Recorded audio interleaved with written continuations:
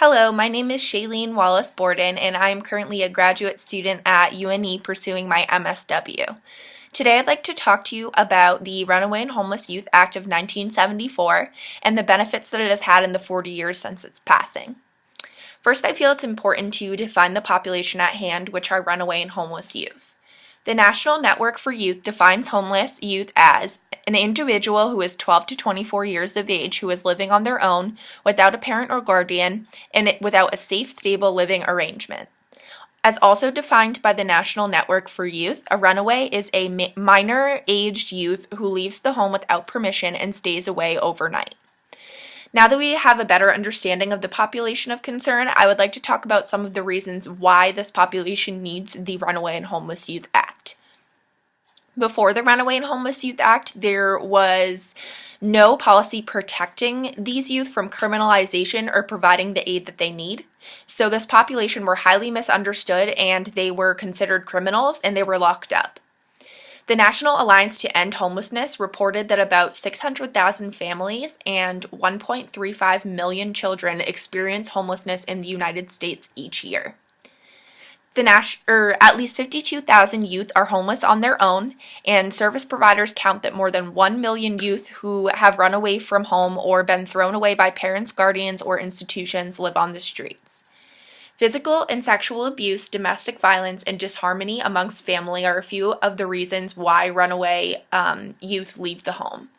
There are many risks that homelessness and runaway youth face, including engaging in risky behaviors, often for money or shelter, violence and victimization, including exposure to adult predators and criminals, mental health issues, including increased risk for post-traumatic stress disorder and for substance abuse, physical health issues, including increased risk for sexually transmitted diseases.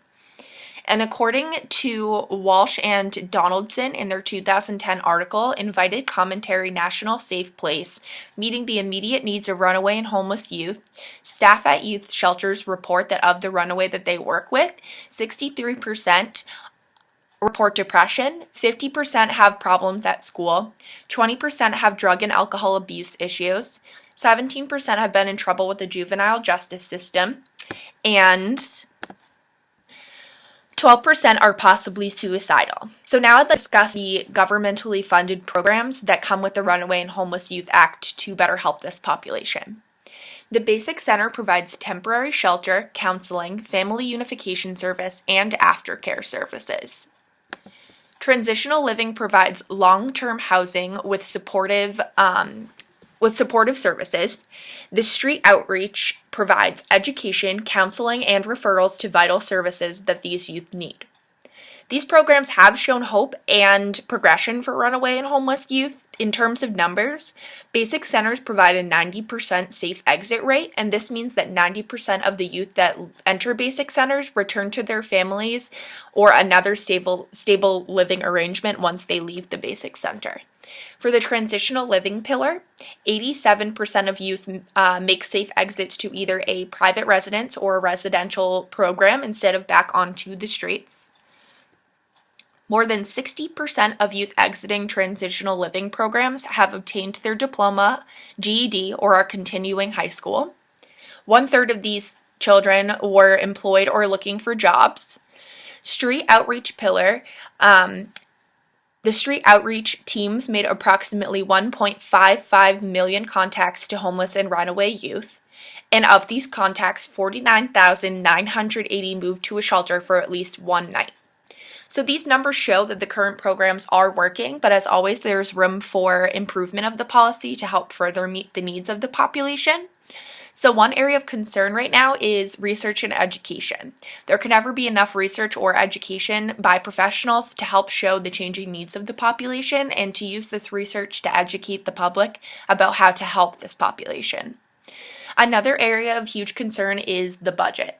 So even though the programs have been given $115 million since 2009, programs still have to turn away youth due to their lack of funding.